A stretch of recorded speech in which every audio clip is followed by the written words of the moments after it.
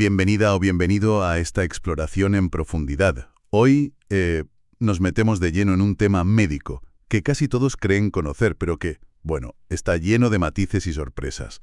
La apendicitis. Exacto. Vamos a analizar información clave, sacada de varias fuentes, incluyendo vídeos explicativos y notas del doctor Javier Suetliza. Nuestra misión aquí es doble, digamos. Primero, desmontar viejos mitos sobre el apéndice, porque sí, resulta que tiene funciones importantes.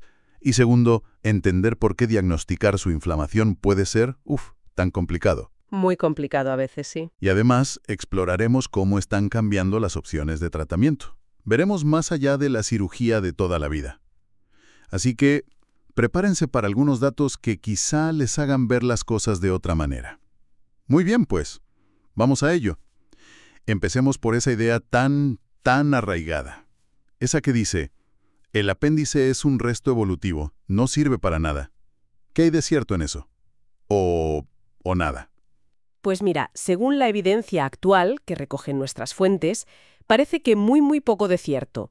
De hecho, se destacan dos funciones importantes que contradicen totalmente esa vieja idea. ¿Ah, sí? ¿Dos funciones? Sí. La primera es una función inmunológica, y es significativa, ¿eh? La pared del apéndice está, digamos, repleta de tejido linfoide, muy parecido al que tenemos en los ganglios linfáticos. Ajá. Y este tejido produce activamente linfocitos y anticuerpos, sobre todo, fíjate, en respuesta a infecciones virales, ya sean intestinales o respiratorias. Vaya. Y aquí viene lo curioso, lo paradójico casi. Este mismo mecanismo de defensa que hace que la pared del apéndice se engruese para fabricar estas células inmunitarias, Sí. puede ser precisamente la causa de la apendicitis si llega a obstruir su luz interior, que es pequeñísima, apenas 1 milímetro. O sea que su propia defensa se le puede volver en contra. Exacto. Es una especie de paradoja funcional. Ahora bien, y esto es crucial, como indican las fuentes, en la gran mayoría de los casos, se calcula que un 95% de las veces que ocurre esta inflamación reactiva... Un 95%. Sí, la mayoría. El proceso se autolimita, que se resuelve solo, y el apéndice vuelve a la normalidad, sin llegar a desarrollar una apendicitis clínica como tal. Eso cambia bastante la perspectiva tradicional, ¿eh?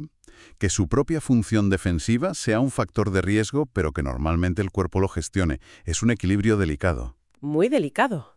Entonces, conservarlo tendría un beneficio inmunitario que perdemos si se extirpa sin más. Pues esa es una implicación muy importante, desde luego. Y se refuerza todavía más con la segunda función que mencionan las fuentes. A ver, ¿cuál es la segunda? Pues que actúa como reservorio de bacterias beneficiosas para nuestro intestino. Lo que hoy llamamos microbiota, ¿verdad? Ah, la microbiota, claro. La antigua flora intestinal. Eso es. Pensemos en situaciones como, diarreas fuertes por una infección, o cuando tomamos antibióticos o corticoides. Ya. Todo eso puede, barrer o desequilibrar las poblaciones de bacterias buenas del intestino, dejando vía libre a las perjudiciales. Entiendo. Pues aquí es donde el apéndice juega un papel estratégico. Según describen las fuentes, funciona como una especie de refugio seguro, ¿sabes? Donde se almacenan y se fabrican estas bacterias buenas, las comensales beneficiosas. Como una reserva. Justo. Cuando el ecosistema intestinal se ve alterado, el apéndice puede, repoblar el colon con estas bacterias buenas, ayudando a restaurar el equilibrio de la microbiota. Y esto es fundamental no solo para digerir bien, sino para la función inmunitaria general, porque gran parte de nuestra inmunidad reside precisamente en el intestino. Es increíble. Pasar de considerarlo un órgano inútil, casi un estorbo, a verlo como un participante activo en la inmunidad y la salud intestinal. Totalmente. Esto cambia por completo la perspectiva sobre la apendicectomía como la solución única y universal. Conservar el apéndice, claro, cuando sea seguro hacerlo, podría tener beneficios a largo plazo. Y claro, si conservar el apéndice tiene estas ventajas, entonces diagnosticar correctamente y a tiempo si realmente necesita ser extirpado, pues se vuelve todavía más crítico. Pero aquí es donde las fuentes señalan que la cosa se complica. Y mucho. A menudo el diagnóstico es un verdadero desafío. Efectivamente.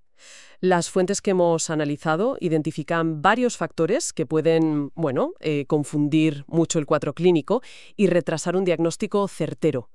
Y se pierde un tiempo que puede ser muy valioso. ¿Y cuál sería el primero? El primero es un fenómeno muy común, la automedicación. Ah, claro. tomar algo por tu cuenta para el dolor de tripa. Exacto. Y en articular, el uso de antiespasmódicos, esos medicamentos para calmar los cólicos o los retortijones. Sí. La fase inicial del dolor de apendicitis suele ser así, de ese tipo, un dolor tipo cólico. Si la persona toma uno de estos fármacos, que lo que hacen es relajar el músculo liso del intestino, Te alivia el síntoma. claro, te alivia, te enmascara ese síntoma temprano tan característico. Y las fuentes indican que esto puede retrasar la búsqueda de atención médica en una media de, ojo, 12 horas. 12 horas, es mucho. Es muchísimo. Y la publicidad constante de estos productos para cualquier molestia abdominal sin advertir de estos riesgos, pues hombre, no ayuda. Contribuye al problema, la verdad. Entiendo. Calmar el síntoma sin saber la causa puede ser peligroso, retrasando la identificación de algo serio. Vale, automedicación. ¿Pero hay otros elementos propios de la apendicitis que dificulten el diagnóstico? Sí, varios. Uno fundamental es su aplotía anatomía. La posición del apéndice es increíblemente variable. ¿No está siempre abajo a la derecha? ¿Qué va? Esa es la posición del libro, la más común, en la fosa ilíaca derecha. Pero puede estar en muchos otros sitios. Por ejemplo, se apunta hacia atrás, escondido detrás del ciego.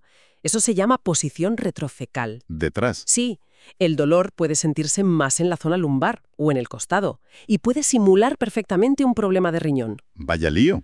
Y si por el contrario desciende hacia la pelvis, la posición pélvica, puede irritar la vejiga o el recto. ¿Y eso qué síntomas da? Pues puede provocar síntomas urinarios, como escozor al orinar. Incluso puede llegar a alterar un análisis de orina. O dar dolor en el bajo vientre, confundiéndose fácilmente con problemas ginecológicos o una infección de orina. Madre mía. Y si está cerca del intestino delgado, en posición preileal o subhepática, puede causar un dolor más centrado en el abdomen. Y al irritar el intestino, provocar diarrea. Parecería una gastroenteritis. Es un auténtico camaleón. Un camaleón, buena definición. Y ya para rematar, en los casos muy infrecuentes de situs inversus, esas personas que tienen los órganos al revés como en un espejo, el dolor de apendicitis les aparecerá en el lado izquierdo. Increíble. Es como si jugara al escondite dentro del abdomen.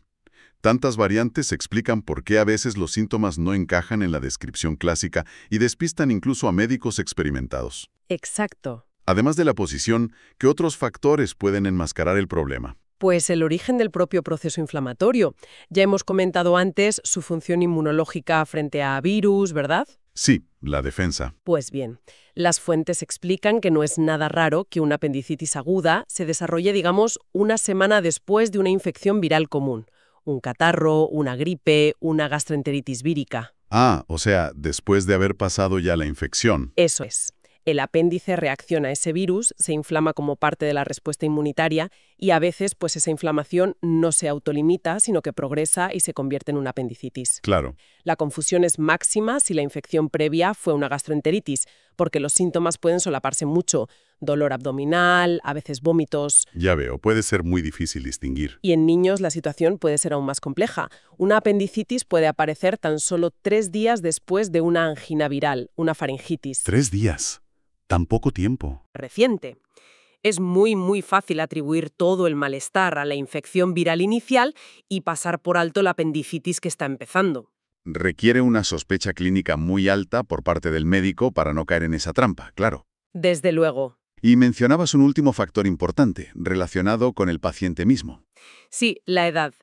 A ver, la apendicitis es menos común en los extremos de la vida, en bebés muy pequeños y en personas muy mayores. Pero cuando ocurre, tiende a evolucionar mucho más rápido hacia la complicación más temida, la peritonitis. La perforación. Exacto. La perforación del apéndice y la diseminación de la infección por todo el abdomen. En bebés con pañales, la perforación puede ocurrir en menos de 12 horas desde el inicio. Menos de 12 horas. Sí, es rapidísimo. En niños menores de 5 años, antes de las 24 horas. Y el problema añadido es que en estas edades tan tempranas, los síntomas suelen ser más vagos, más inespecíficos o difíciles de expresar por el niño, lo cual retrasa el diagnóstico y a menudo se encuentran ya con complicaciones cuando se diagnostica. Qué complicado. ¿Y en los ancianos? Pues en los adultos muy mayores, pongamos de más de 80 años, se suman otros desafíos. Puede haber dificultades de comunicación si hay deterioro cognitivo. Es muy frecuente que tengan otros dolores crónicos, de artrosis, por ejemplo. Claro. y que usen analgésicos o antiinflamatorios de forma habitual. Y eso, claro, enmascara los síntomas agudos de la apendicitis. Además, su respuesta inmunitaria puede estar atenuada, haciendo que los signos típicos de inflamación, como la fiebre o la defensa abdominal al palpar, sean menos evidentes. ¿Se juntan muchas cosas? Sí. Las fuentes recogen un testimonio personal del doctor Svetlitsa, que es muy ilustrativo y, bueno, trágico. Su propia abuela falleció por una peritonitis debido a una apendicitis diagnosticada muy tarde, precisamente por la confluencia de todos estos factores. ¡Qué lástima! Son muchísimos los elementos que pueden convertir el diagnóstico en un auténtico laberinto.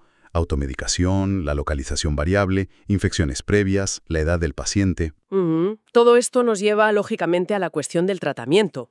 Si el diagnóstico es complejo y además ahora sabemos que el apéndice tiene funciones útiles, ¿la cirugía sigue siendo siempre la única respuesta? Porque tradicionalmente, ante una apendicitis, la respuesta era casi automática. Quirófano para una apendicectomía. Sí, era el dogma. Las fuentes comentan que muchos cirujanos, incluso hoy, rechazarían de plano, no, la idea de un tratamiento no quirúrgico.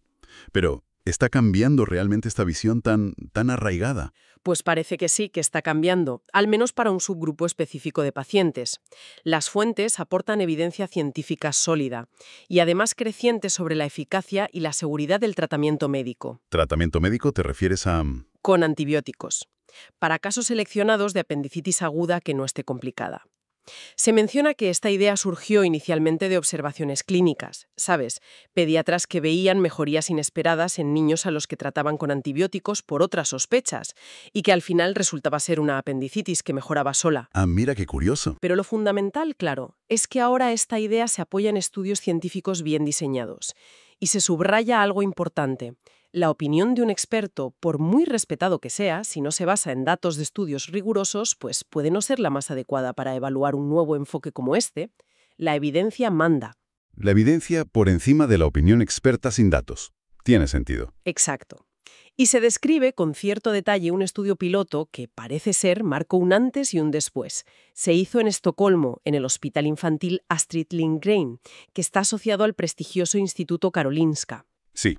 Seleccionaron muy cuidadosamente a niños mayores de 5 años sin signos de apendicitis avanzada o perforada. Se basaron en criterios clínicos y también de imagen como la ecografía o el TAC. Vale. Y dividieron al azar lo que en investigación se llama randomizar, que es clave para evitar sesgos, a 51 niños en 2 grupos. 26 fueron a cirugía estándar, la apendicectomía de siempre, y 25 iniciaron tratamiento con antibióticos, aunque bueno, al final fueron 24 en este grupo médico porque una familia decidió en el último momento optar por la cirugía. Entendido. ¿Y los resultados? ¿Funcionó el tratamiento con antibióticos? Pues sí, y bastante bien. En el grupo de tratamiento médico, la gran mayoría, 22 de los 24 niños, se recuperó perfectamente sin necesidad de pasar por quirófano. 22 de 24. Es un porcentaje alto. Muy alto. De los 2 que sí necesitaron operar finalmente, fíjate qué curioso, uno resultó que no tenía apendicitis en la cirugía. Tenía una adenitis mesentérica, que es una inflamación de los ganglios del abdomen que puede simularla perfectamente. Y eso a pesar de que el TAC inicial, la tomografía, esa prueba de imagen tan detallada, sugería apendicitis. O sea que incluso con pruebas de imagen a veces es difícil estar seguro al 100%. Exacto. Y el otro niño sí que tuvo una apendicitis que acabó perforándose, pero esto ocurrió días después de haber terminado el tratamiento antibiótico pautado y de haber sido dado de alta del hospital. Vaya. Este último caso subraya 2 cosas importantes. Primero, la importancia de tener protocolos de seguimiento claros después del tratamiento antibiótico. Y segundo, y sobre todo, la necesidad crucial de seleccionar muy bien a los pacientes que son candidatos para este tratamiento conservador. No es aplicable a todo el mundo. Claro, no vale para todos los casos. No, desde luego. Hay que elegir bien. Apendicitis agudas no complicadas, sin signos de perforación, sin abscesos. Entiendo. ¿Y qué pasó con la estancia en el hospital? ¿Fue más corta con los antibióticos? Pues mira, en ese estudio inicial, curiosamente, la estancia hospitalaria fue algo más larga en el grupo de antibióticos. ¿Ah, sí? Sí. Pero los propios investigadores apuntaron que esto se debió a que, al ser un enfoque nuevo, usaron un protocolo muy cauteloso al principio, con ayuno prolongado, varios días de antibiótico por vena, y sugirieron que probablemente se podría optimizar, acortar esos tiempos para reducir la estancia sin perder seguridad. Vale, era por precaución inicial. Eso parece. Y la cuestión es que este estudio abrió la puerta. Y según indican las fuentes, estudios posteriores, ya más grandes y en más centros, han confirmado tasas de éxito del tratamiento médico cercanas al 90% en pacientes bien seleccionados. ¿Un 90%? Sí, en esos casos de apendicitis agudas no complicadas. Es una cifra muy, muy significativa. Desde luego.